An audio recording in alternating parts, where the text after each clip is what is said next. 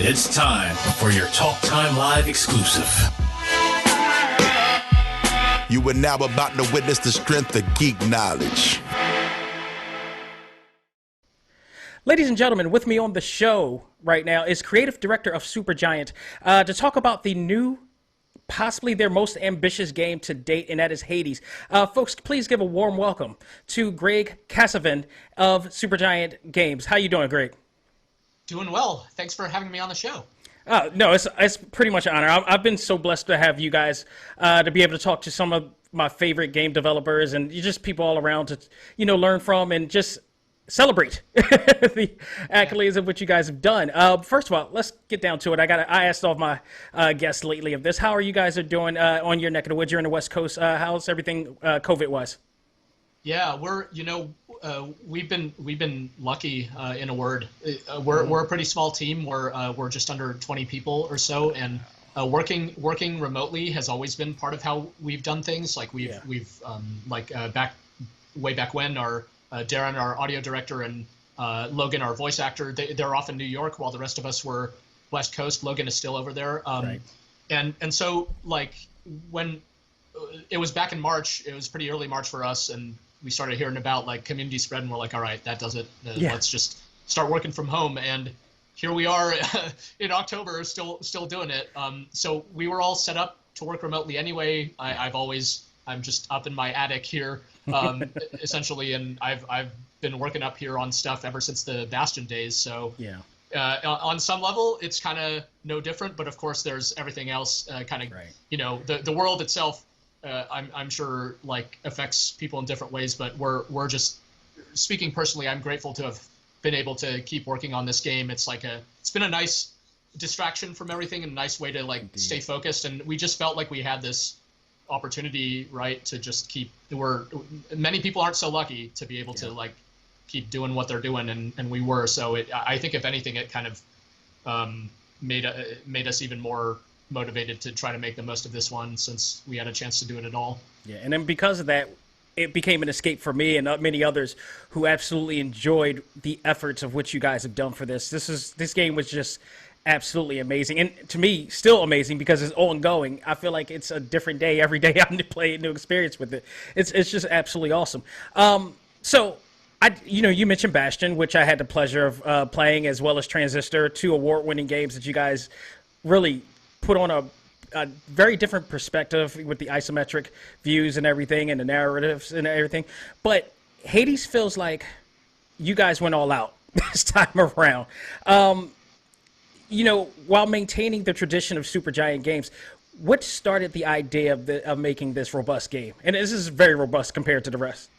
Yeah, so thank you for that. It was we did consciously want to combine kind of our best ideas from past games into Hades, but the real starting point for it was our desire to make an early access game. Mm-hmm. Like before we knew anything else, before we had chosen a theme, before we had even chosen a genre for it, we're like, let's try early access, which was really, we were drawn to it in part because it was really scary. It sounded like the exact opposite of how we've made our games in the past, where you mentioned Bastion and Transistor. They're these kind of relatively concise, you can finish those games in a couple of days or something, and they have a beginning, middle, and end, like in a traditional way. They have some replayability, but they're not designed around replayability. So they would have not worked at all in early access, because in early access, you want a community of players to like keep giving you feedback. And if your player community finishes your game in one day, they're not going to like be with you for 2 years giving you feedback. So early access to us meant that we could test and kind of prove out one of our ideas sooner. So instead of spending 3 years and then saying, voila, what do you guys think? You could spend 1 year and have an initial version of the game that's going to be like have a reduced scope and everything, and like it won't have all the content, but it'll at least get the idea across. So that was all really appealing. We're like, let's just put something out there faster. And what should that be? And we were really drawn to making like a roguelike dungeon crawler, because we were playing tons of roguelikes like Dead Cells and Slay the Spire, Enter the Gungeon.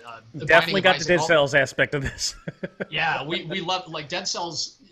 I thought Dead Cells is awesome. And we were like, can we ever make anything we didn't think we could make something as good as Dead Cells, to be super frank with you. Can I be frank with you? I think you guys may have superseded the aspect of what Dead Cells has done, in my opinion. Because I love Dead Cells, but you guys have done things that I appreciated from that aspect in here that kept me wanting to play even more. In this case, we're blown away to hear. Like, that's one of those things where it's funny to think back at when we started, and we just didn't necessarily think we'd get there. Let me tell you. But we did want to carve out kind of a niche for ourselves, right? It's like, why make a game like this? You don't want to make a roguelike game and just be like a worse version of Dead Cells or something, because Dead Cells already exists and it's awesome. And you don't want that compare and contrast. Yeah, so we're like, what could we even do? And we thought we could add narrative, because that's kind of our thing. That's like what we did with Bastion back in the day, and we felt that for all the amazing roguelike games that are out there, there aren't that many that are like using the format to tell a story. And we thought that it's like a really cool format to tell a story, because as a player, you play these games where you kind of die over and over and start over. But as a player, you carry forward your knowledge. And you feel like you're being rewarded, too. I might want to add that on, too. And that's what I think I love. It's like each time you don't lose. I think that's where Dead Cells got with me. It's like, as much as I enjoy Dead Cells, once you lose everything. But you play Hades, you lose, but you still reward it at the same time, with storytelling, with whatever you grab from the first run or whatever. There's something that you hold on and take with you even more and more. And it's feel like there was to me playing it was a moral aspect to it as well. And I don't know if you guys meant to do this or picked up on it, but the minute that I picked up and played this game and started playing it for hours, I got this image of this moral fiber and theory of, as many times as you get knocked down, you keep going. And Zagreus is a very determined guy, and I think that's something we should take, even despite the fact that it's based on the underworld and everything that's going on down there. Yeah, no, thank you for that as well. Like his determination that like borders on stubbornness sometimes, but above all, he's very determined to do this thing. I think determination in characters is like really, I think a lot of the most compelling protagonists in stories are like what makes you care about them so much and like kind of respect them is their determination. They're like, they will stop at nothing and it's true in real life as well, right? Like you look at, if you have friends or something who just clawed their way into whatever it is that they've been, hoping to do since they were kids or something like that. Like you have to, it's a good feeling when someone can claw their way into what they were hoping to achieve and finally achieve it. Especially when you have somebody like Hades, who constantly antagonizes you and doubts you and puts you down. This is the ultimate hater. Have you yet satisfied your foolish urges? Perhaps a lashing from the Fury's whips would set you straight. I had it out with them already, thanks. Such nonsense. First you defy me openly, and now you lie. On my next meeting with the Furies, we'll have a word about all this. You rest assured. Yeah, no, right. And he's we wanted to tell like this kind of family drama using these characters from Greek myth, and Hades is this. He's not going to win any Father of the Year types of awards. He's a really difficult guy, and you could tell why Zagreus does not think highly of him by any means. And but he has these other characters.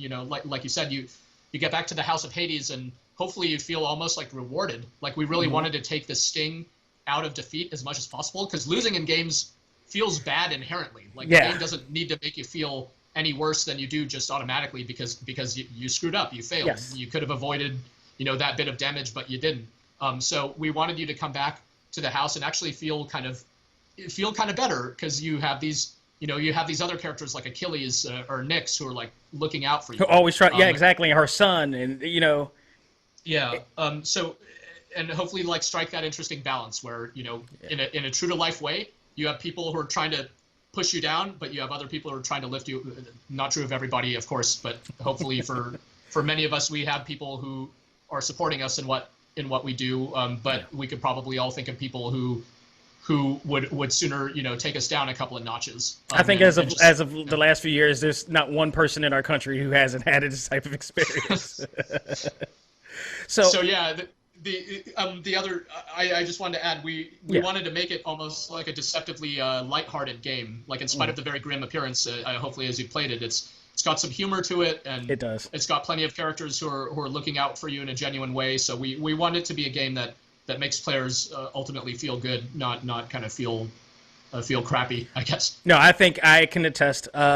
You guys successfully did that, and that's what clings me on too. That's why I am here talking with you right now, because upon playing it, it was just like, I love the other two games. I never got to play the first one, Pyre. What is it, Pyre? Pyre, yeah. Pyre. I never got to play that one, but I came in during Bastion and I came in during Transistor, and it was like after this one, it was like, oh no, this is sold. I got to contact them. I have to get in touch with somebody. Right. This is immediately. So you mentioned the quantity of people who worked on this time around, and that you have this time around, which for what if I'm correct, has grown exponentially since Bastion. Because according to Wikipedia, it said that you guys had 7 when you made that, and now you said you had 20. Took the course of 2 years to make Bastion. How long did it take to make Hades?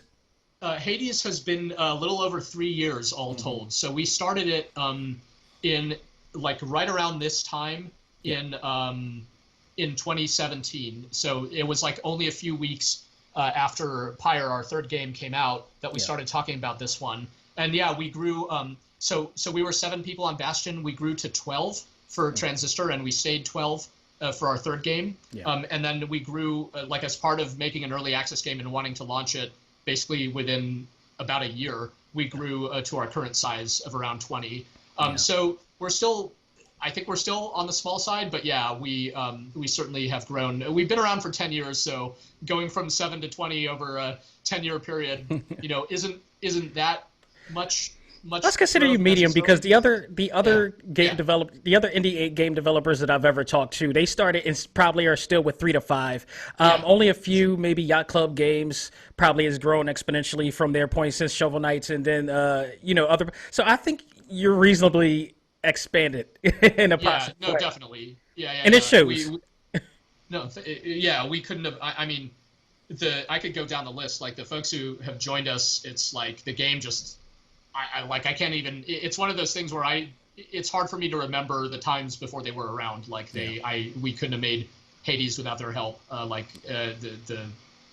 Joanne, our environment artist, Eduardo and Alice, who joined us on the design team, and the art and design and for this game is just stupendous. My compliments. Thank you. Joanne just like almost. Jen, our art director, created like the House of Hades and some of the other environments, but Joanne did a ton of like almost every time you enter a new location in the game. That's the work of what you're seeing on the screen is Joanne's work as an environment artist. The selection of colors, lights, shadows, all of that, it gives like an animated feel, but also a comic book feel as well. Yeah. And it just immerses you into a motion comic, and that's what the way it feels to me at time going through all these layers.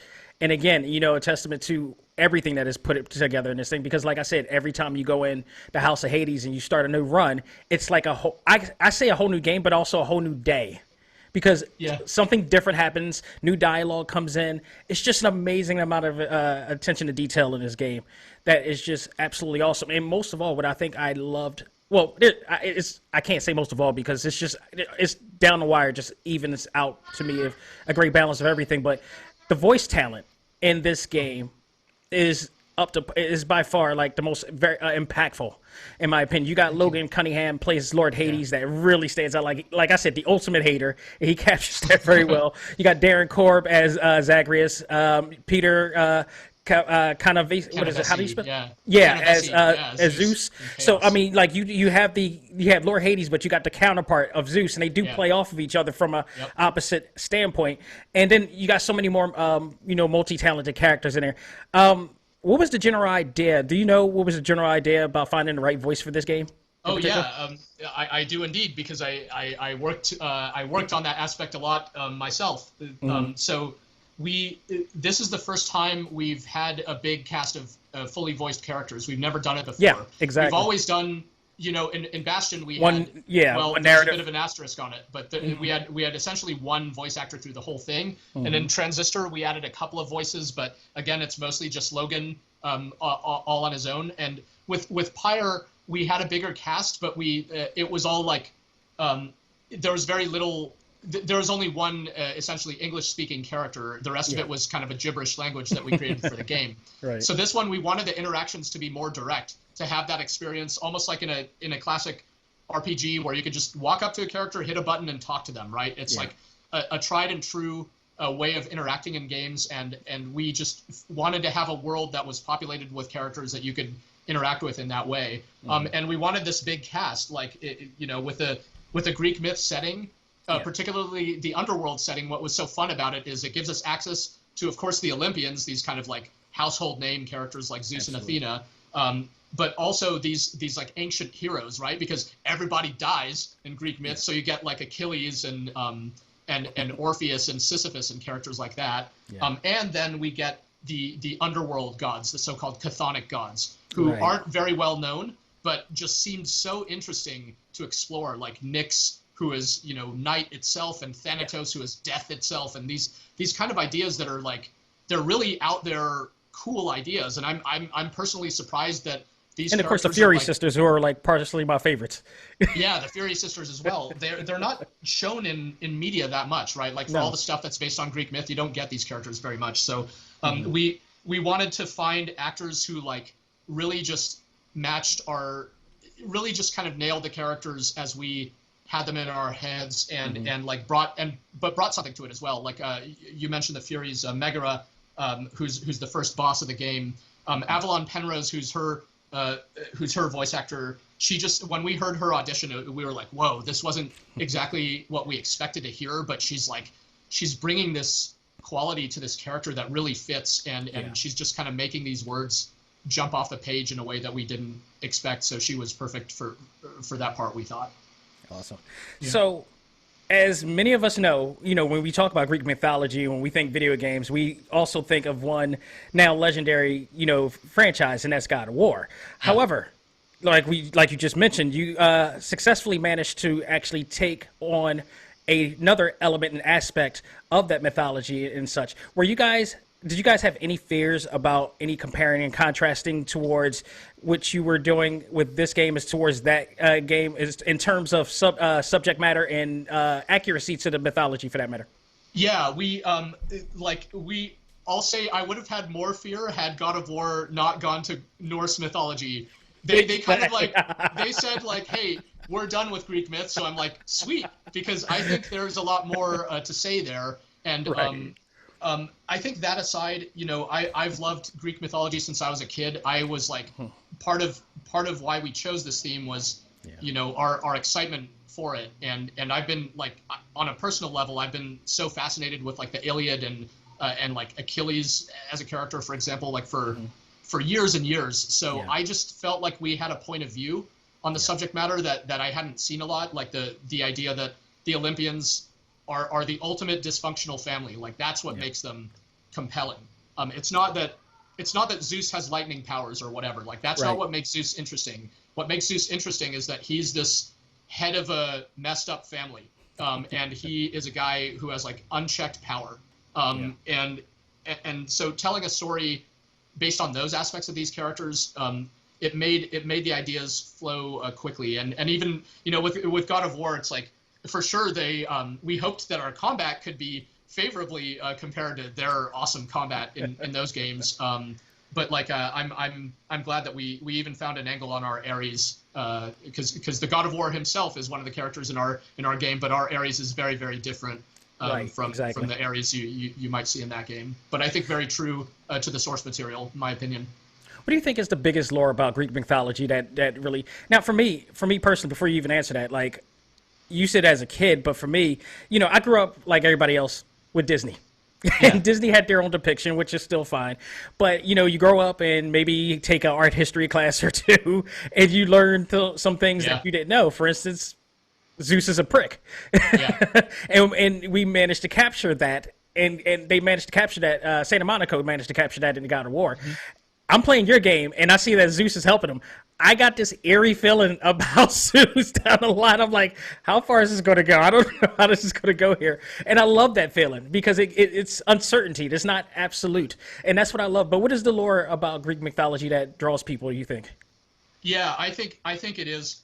I think the worldview that the gods like the gods exist, but they don't care about you. I find that very compelling. Like I think it, because they, like, gods help people understand the way the world works, like fundamentally. And when the world can be filled with horrible things that happen arbitrarily.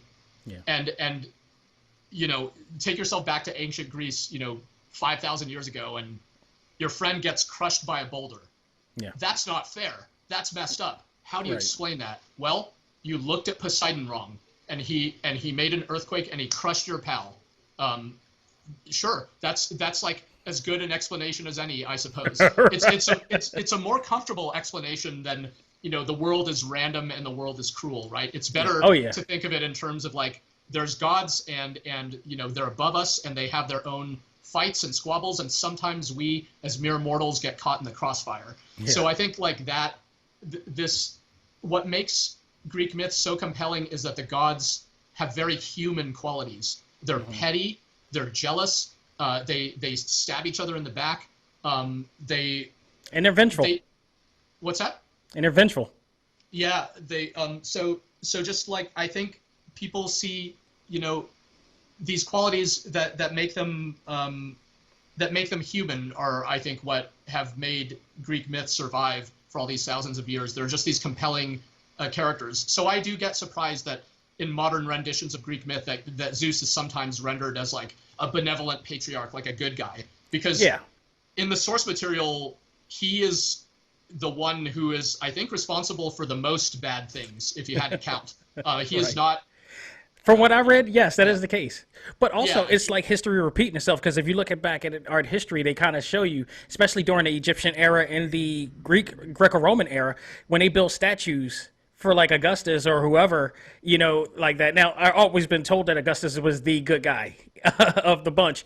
But when you look at those, they build sculptures and to build a narrative for those people, and it's not always what it is. When you see them all masculine and everything, they may be like overweight and obese. In reality, we kind of had that depiction in our minds in that same sense when it comes to these guys. So that it doesn't surprise me, but in a sense, it does amaze me that we're still thinking that way even today, in reference to stuff like that, which really made me feel at all when I found out that Disney was like, why would you make this portrayal of this guy in this way? Yeah.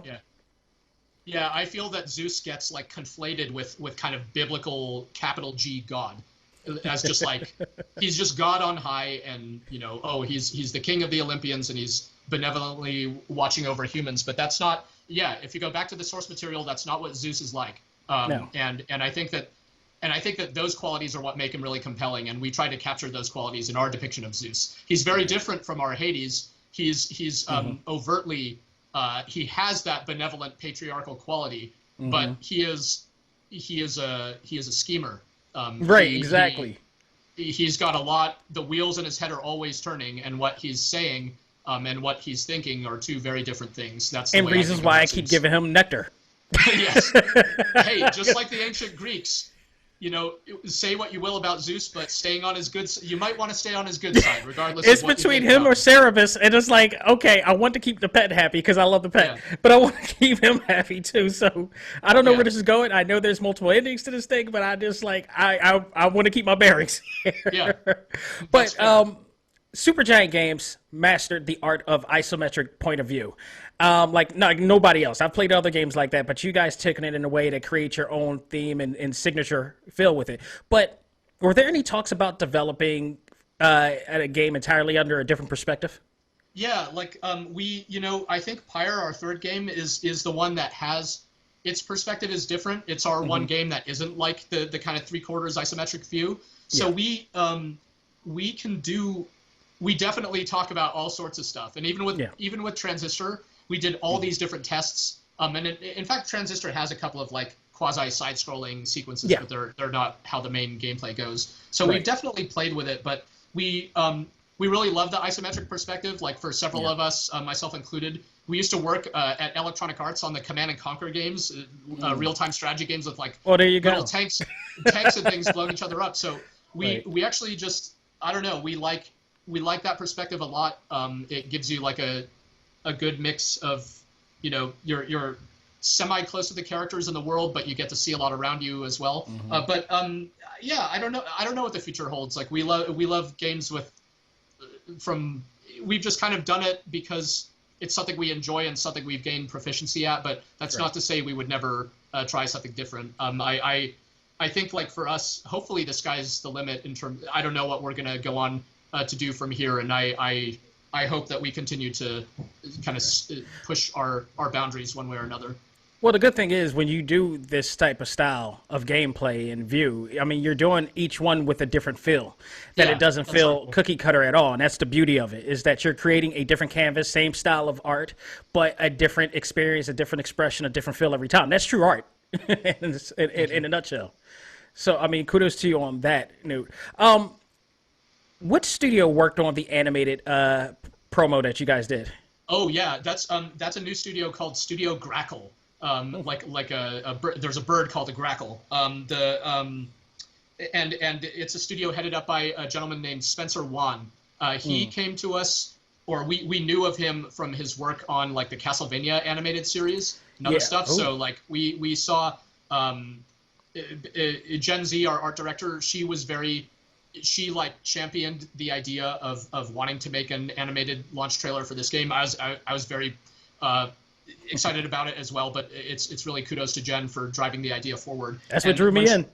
Yeah, and when she found, I mean, she was like looking, kind of reaching out to a number of different artists, but as soon as we saw Spencer's work, we were like, oh yeah, that's basically exactly the right vibe. And Spencer he was this was the very first thing that Studio Grackle did. He was kind of like in between things and formed the team as part of working on this piece. Wow. And it was really cool because like, as soon as when this trailer went out, Studio Grackle seemed to like explode. Like his tweet of the trailer did like way better than our own tweet of it, which I thought was like really funny and awesome. They got so much attention to the animated trailer that they made, and it's totally deserved. Well, then added to that, you know, it was on the Nintendo Direct, so that really, and that's where I first saw it, and I was like, okay, I'm in. I am in. Yeah, so it was clearly worth the effort because he worked. Yeah, his team, they worked on it for months. It was a big undertaking for them. Even though it's like about 30 seconds of animation, a lot goes into that stuff. Yeah, a lot of people don't understand. Even 5 minutes of any footage. Yeah. We're in 30 minutes of this interview. Watch how long it's going to take to put in the edits and trimmings in it. But 5 minutes of footage with total editing in it is still like at least a few hours to do. It's no joke, and I commend them on it. It's awesome. So Hades has everything, in my opinion, in terms of music score, powerful music score, art style, character development, fluid control scheme. Was there any aspect of the game more important to do than the other? No. What's important is for everything to be on the level. That's our goal.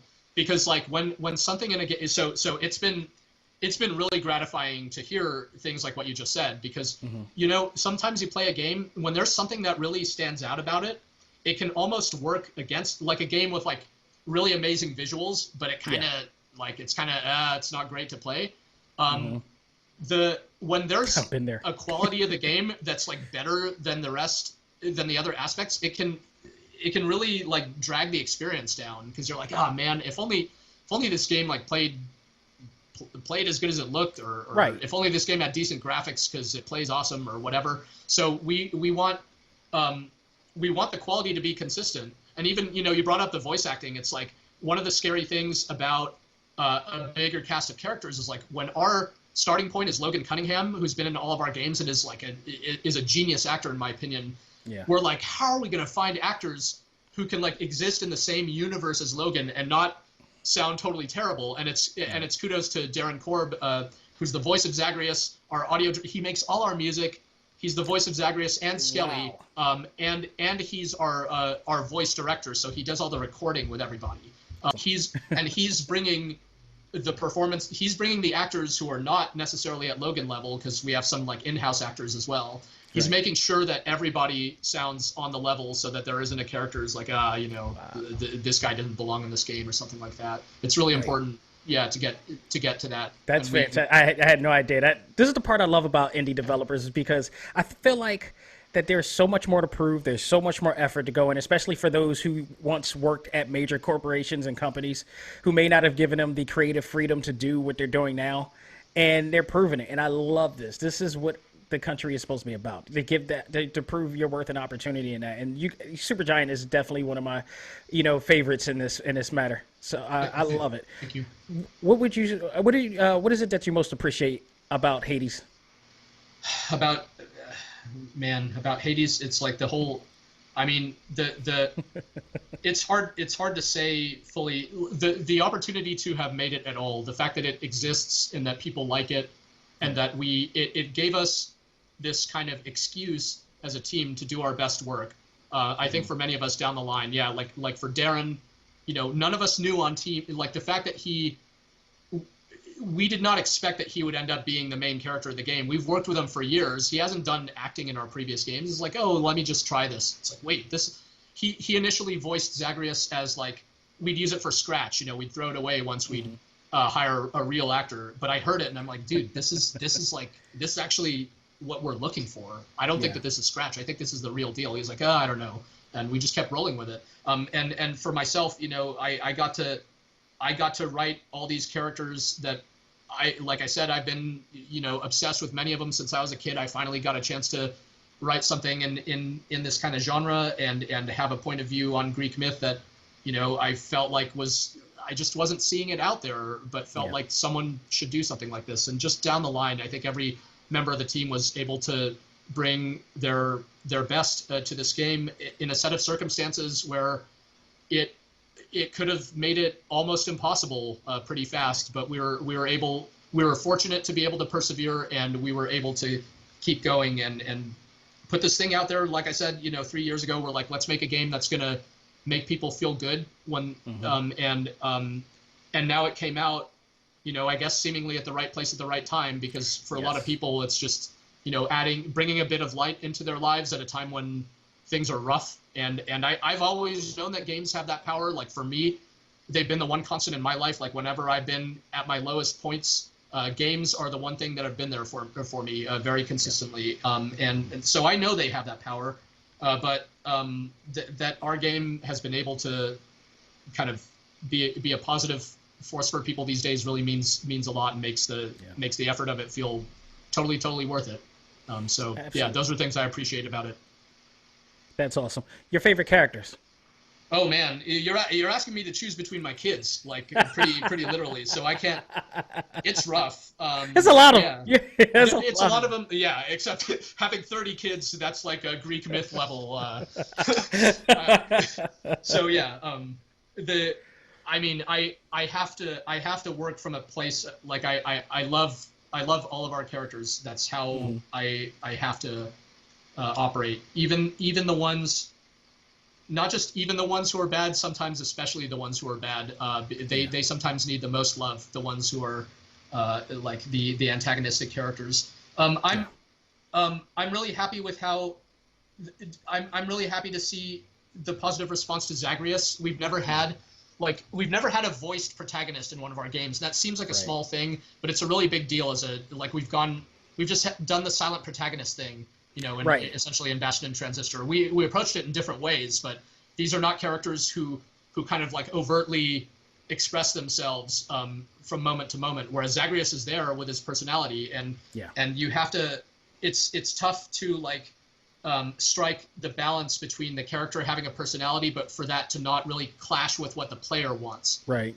So it was fun to have a character in Zagreus who could just kind of speak for the player in many situations. So when he's faced with a boss and the boss like gives him crap, he can snap right back at him, say, screw you, man, I'm not going to take your crap. Hopefully the same way. He's just calm and cool and collective the entire time, like he's going against Hydra. Yeah, but he could also, he could say like, damn it, he can be frustrated, he can wisecrack, like he can do all the kind of stuff that I think a player is inclined to do while like playing a roguelike game. So it felt it was a lot of fun to write him, and Darren did an amazing job with him, I thought. But man, I love all our characters. I can't like I can't pick a favorite. That's still a great answer. Don't worry about it, because I mean, honestly, it would be hard for me to. Turn the table. Honestly, like I said, the Fury sisters I think there's something about them because in accordance, Zagreus is going to be my top. The Fury sisters, because of their interaction with him, even though they fight against him when he get back to the House of Hades, they're having this normal conversation. It's just like, it's just another day. The prodigal son returns. Everyone's saying I went easy on you, Zag. Don't worry, Meg. I eventually managed to get home the painful way after all.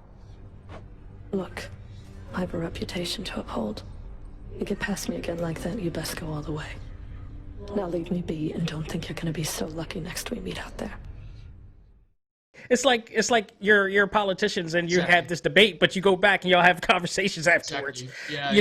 Then you got the ultimate antagonist or hater in Hades himself, and a game and its heroes and its protagonist is never good without its antagonist, and I think he plays a fantastic antagonist in this game. So yeah, those are particular. And again, like you said, there's so many different ones. Nyx, because she's, even though she's not his mother, there's a motherly type of aspect to her that I love about her. So I mean, yeah, you're right. There's a ton of reasons. H1 has a significant feel. Achilles as well.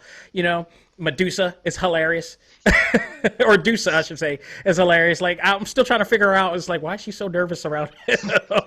Starstruck. Hey, she's starstruck. She's flat. Right, and I'm like, I would never expected that from from a character based on Medusa. But I love it. You're right. It is all of the aspects of each character above that makes this game so great. Greg, thank you so much. I got 2 more questions for you, but I got to tell you, I'm enjoying this. I am honored to have you on to talk about this game. It's just awesome. Before we give you the plugs and everything, I got 2 more questions. Unlike the previous games that were developed, this one, like we just mentioned, it has so much more. The character development, the narrative is just ongoing, and I just feel like you could do so much with this. Are there any thoughts of doing any follow-ups to the games with this, and any in terms of sequels or expanding to maybe an animated series? Who knows? Yeah, the short answer is we don't know. We really appreciate the interest, but we gave this game our all, and that meant leaving kind of nothing of value, I should say, on the cutting room floor. Like we put in. We wanted to go all out with version 1.0 of this game, and that meant we don't. That means we're not sitting on a bunch of DLC packs that we're going to release in a few weeks or any of that kind of stuff. We've always aimed for our games to have a complete feeling to them. But having said that, we actually don't know yet what the future holds. Like right now. We're still in a mode where we're supporting the launch. We have some key updates we do need to make to the game. Like we promised that cross saves are coming to the game, so you'll be able to transfer your PC progress to Nintendo Switch. So we still need to sort that kind of stuff out and get it out there. But after that, one of the things we need to do is actually take a break as a team, because well deserved.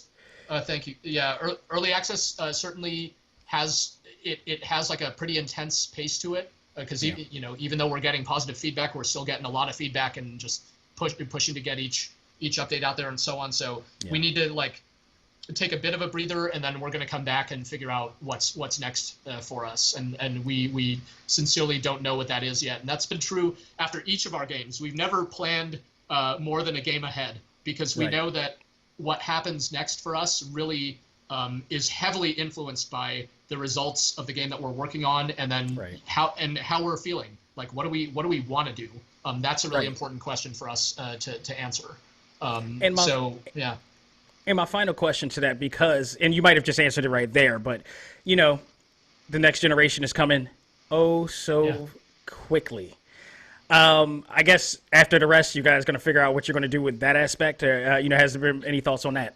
Yeah, no, that is part of the consideration as well. The game right now is on PC and Mac, on Steam and Epic Game Store, and then on Nintendo Switch. Those are the only versions of the game that we could that we had the capacity to create, right?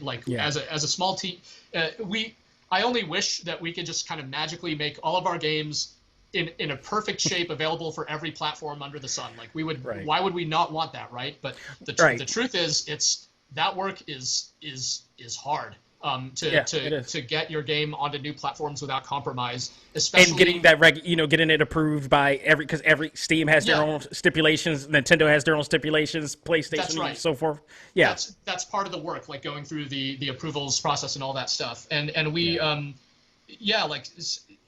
since we do have our own tech, it actually makes it harder than on some engines and platforms. So we're really interested in exploring those opportunities. We're obviously aware that it's really exciting that we're about to have new platforms out there. They sound really cool. I've been waiting for consoles to prioritize no loading times like for years. I've been playing games for long enough to where games didn't have load times at all, and it's like, man, you don't know what you're missing having to wait.